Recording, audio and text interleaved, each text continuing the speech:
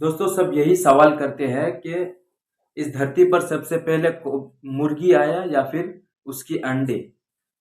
तो सबसे पहले कौन आया, मुर्गी या फिर उसके अंडे? तो आइए उसी की साइंसी तौर पर उसके आज उसी पर बात करते हैं। तो देखिए, हजारों साल पुराने जमाने में इस धरती पर बड़े बड़े डायनासोर रहा करते थे। तो उस जमाने में इस जमीन पर ना ही कोई मुर्गी थी, ना ही कोई इंसान।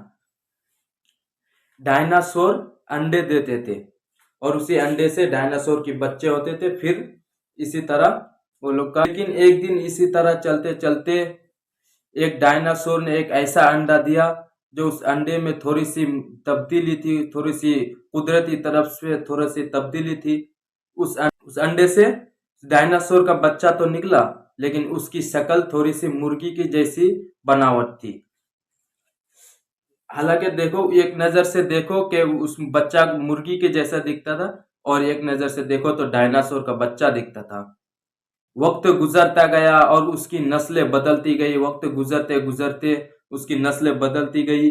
जो कुदरती तो तरफ से उस मुर्गी ने, उस डायनासोर ने अंडा दिया था, उस अंडे से तब्दीली कुदरती तरफ से उस अंडे से डायनासोर का बच्चा तो निकला, लेकिन उस बच्चे को मुर्गी की शक्ल में, थोड़ा दिखने में मुर्गी की शक्ल जैसा दिखती थी।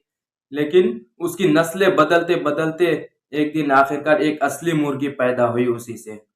और इसीलिए इस धरती पर सबसे पहले अंडा आया, और अंडा डायनासोर का अंडा है, और उसी अंडे से मुर्गी हुई। अब देखो, जैसे मुर्गी डायनासोर जैसा दिखता है। मुर्गी का अगर पंख निकाल दे तो दिखने में डायनासोर जैसा दिखता है। खाली यही जानवर नहीं, डायनासोर और पुराने जमाने के भी बहुत सारे जानवर है जो ऐसे ही कुदरती तरफ से कुछ और बना और पहले कुछ और था। तो इसीलिए अभी के जमाने में डायनासोर की नस्लें अभी तक है इस धरती पर, जिसे हम मुर्गी कहते हैं, और उसी मुर्गी को चिकन बिरयानी बना के खाते हैं।